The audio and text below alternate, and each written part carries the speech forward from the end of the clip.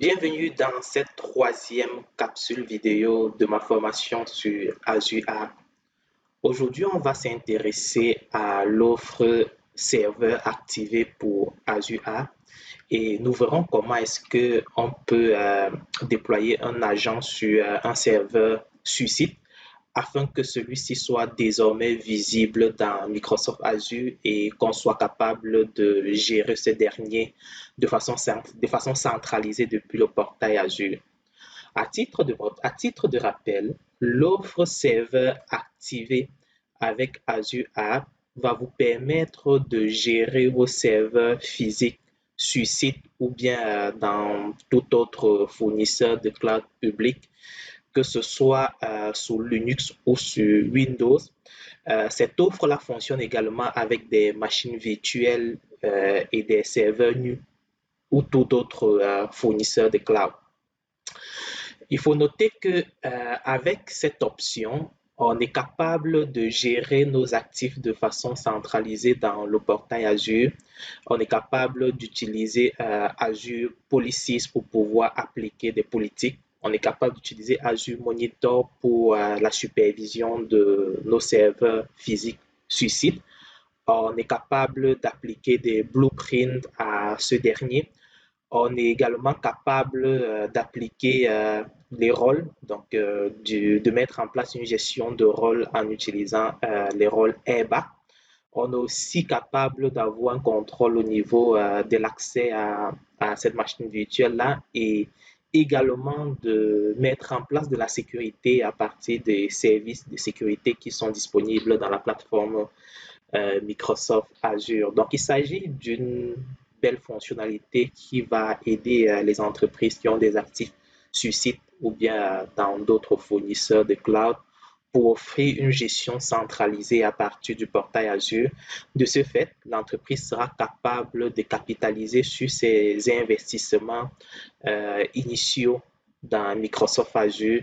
Donc, tous ces investissements au niveau de l'acquisition des compétences en ce qui concerne la gouvernance, l'opérationnalisation, la sécurité dans Microsoft Azure, elle sera capable d'appliquer cela à ses ressources et d'avoir une certaine efficacité vu que la gestion est directement centralisée au niveau de Microsoft Azure.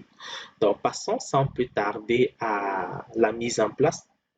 Donc, pour pouvoir utiliser les serveurs activés avec Azure Arc, la première condition, c'est qu'il faudrait que dans votre abonnement Azure, vous ayez inscrit le fournisseur Microsoft.Hybrid Cloud. Donc, ce fournisseur-là doit être inscrit au préalable. Ensuite, dans mon abonnement, je vais commencer par me créer un groupe de ressources pour les besoins de mon expérimentation. Donc, je vais me créer un groupe de ressources que je vais appeler ici,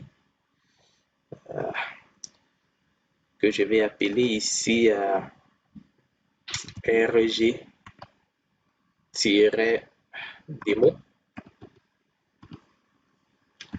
Azure Arc. Dans l'emplacement, on va prendre Canada Central.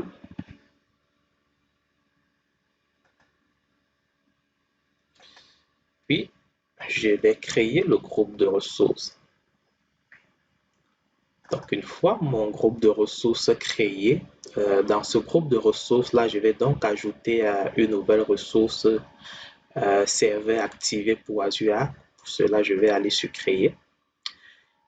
Et au niveau de la sélection du template, je vais saisir Azure Arc et il va me faire des propositions. Et là, je vais sélectionner serveur Azure Arc. Une fois cela effectué, il me faut maintenant aller sur Créer. Puis, il y aura plusieurs options qu'on va me proposer. Donc ici, j'ai juste un seul serveur que je vais activer. Et à l'option où vous avez plusieurs serveurs et vous pouvez directement à partir d'un service principal être en mesure d'intégrer l'ensemble de ces serveurs-là. Donc là, j'ai juste un seul serveur physique que je voudrais intégrer et qui est mon poste physique sur lequel je suis en train de faire cette vidéo. Donc, on va générer un script qui va permettre d'enregistrer, d'installer et d'enregistrer l'agent sur ce serveur-là. Donc, pour générer ces scripts, À partir du portail, on aura un assistant qui va nous guider justement dans la génération du script en quelque sorte. Pour cela, on doit cliquer sur Generate Script.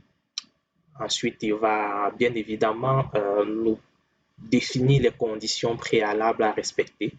Et la première condition, c'est bien évidemment que notre serveur physique puisse communiquer avec Azure. Donc, c'est la première condition. La seconde condition, c'est qu'on ait des accès administrateurs sur ces serveurs-là et qu'on ait Internet, que s'il y a même un proxy qui est utilisé, il faudrait que les portes soient ouvertes en quelque sorte, entre guillemets, pour que on puisse avoir une certaine connectivité entre les Microsoft Azure et notre serveur physique. À la suite de cela, dans l'étape 2, on doit renseigner notre groupe de ressources, l'abonnement, puis la région. Je vais prendre pareil Canada Central. Et également le système d'exploitation qui est utilisé, on a le choix entre Windows et Linux. Donc ce sont les deux systèmes d'exploitation qui sont supportés par cette offre-là. À la suite de cela, on peut définir des étiquettes. Donc, il y a des étiquettes qu'on peut appliquer directement à nos ressources telles qu'on le fait de façon classique pour toutes les ressources dans Azure. Donc, je peux dire ici, je peux appeler mon data center Inol pour appliquer une étiquette data center. City, ici, on est au Québec. Donc, je vais me limiter à ça. Et ensuite, la dernière étape, c'est qu'il va m'afficher le script PowerShell, dont je peux télécharger ce script ou je peux directement le copier dans le presse-papier. Une fois que j'ai le script de copier, il faudrait que j'ouvre la console PowerShell en tant qu'administrateur et c'est là-dedans que je vais coller pour exécuter mon script. Donc, il va procéder à l'exécution de mon script, il va télécharger l'agent, il va installer l'agent sur mon poste et ensuite il va m'afficher une URL qui va permettre de saisir un code pour pouvoir activer et connecter mon serveur physique avec l'agent. Donc le processus, ça peut prendre un peu de temps, mais ce n'est pas très long. Là, on a presque fini. Donc, il ne reste plus que l'affichage de l'URL que je dois utiliser avec le code que je dois utiliser pour pouvoir me connecter. OK? Donc, voilà, c'est fait. Donc, il faudrait que je récupère le lien microsoft.com/device login et que je saisisse cela dans mon navigateur. Et ensuite, je dois récupérer ensuite le code qu'il a affiché donc, pour m'authentifier. Donc, c'est là, je vais copier le code et je dois le coller là, puis cliquer sur suivant. Et là, il va me demander quel compte j'utilise pour me connecter. Et une fois que c'est fait, il va m'afficher un message pour me demander si je veux connecter une machine virtuelle et je dois cliquer sur continuer. Et c'est terminé. Là, ma machine a été connectée. Donc ici, je viens tout simplement de connecter mon serveur physique dans ma machine virtuelle sur site avec la plateforme Microsoft Azure en utilisant Azure Arc. Et désormais, je suis capable, bien évidemment, de gérer cet actif-là depuis le portail Azure ou en utilisant l'ensemble des outils de gestion et de supervision de Microsoft Azure, à savoir notamment Azure CLI, etc. Donc, allons voir cela dans le portail Azure.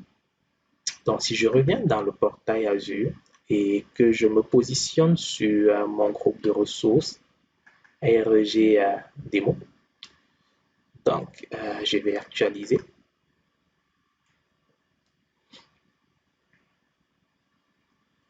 On va remarquer maintenant que dans mon groupe de ressources REG Démo, j'ai une ressource Azure qui va être affichée là-dedans. Et cette ressource Azure va avoir le même nom que mon serveur sur site. OK? Donc, on va juste attendre que ça s'affiche. Donc voilà, donc vous voyez que j'ai ma ressource qui s'affiche dans Azure. Elle devient comme toute autre ressource dans Azure. En quelque sorte, c'est une ressource hybride à ce moment. Si je clique là-dessus, j'aurai tous les menus permettant de gérer, de superviser, opérationnaliser cette ressource-là. Donc j'ai notamment mes étiquettes que je peux visualiser. J'ai accès au journal d'activité qui a été collecté via Azure Monitor. J'ai accès au contrôle j'ai accès à la page Access Control IAM qui va me permettre de définir les rôles airbag, de donner les accès à cette ressource-là. J'ai l'option sécurité qui va me permettre de mettre en place la sécurité. J'ai la page policies qui va me permettre d'appliquer les politiques et les blueprints à cette ressource-là qui est sur site, qui devient maintenant une ressource Azure. Donc, à partir d'ici, je peux assigner des stratégies, je peux créer des stratégies et les appliquer à ma ressource. Et bien évidemment, j'ai la supervision. OK. Donc, ici, ça, c'est mon poste physique. Maintenant, sur ce serveur-là, si j'ai des machines virtuelles qui ont été installées là-dessus, je peux avoir, supposons que j'ai installé VMware dessus et que j'ai provisionné plusieurs machines virtuelles. Maintenant, si je voudrais que ces machines virtuelles-là soient visibles, il faudrait que je les ajoute là au niveau de la page extension.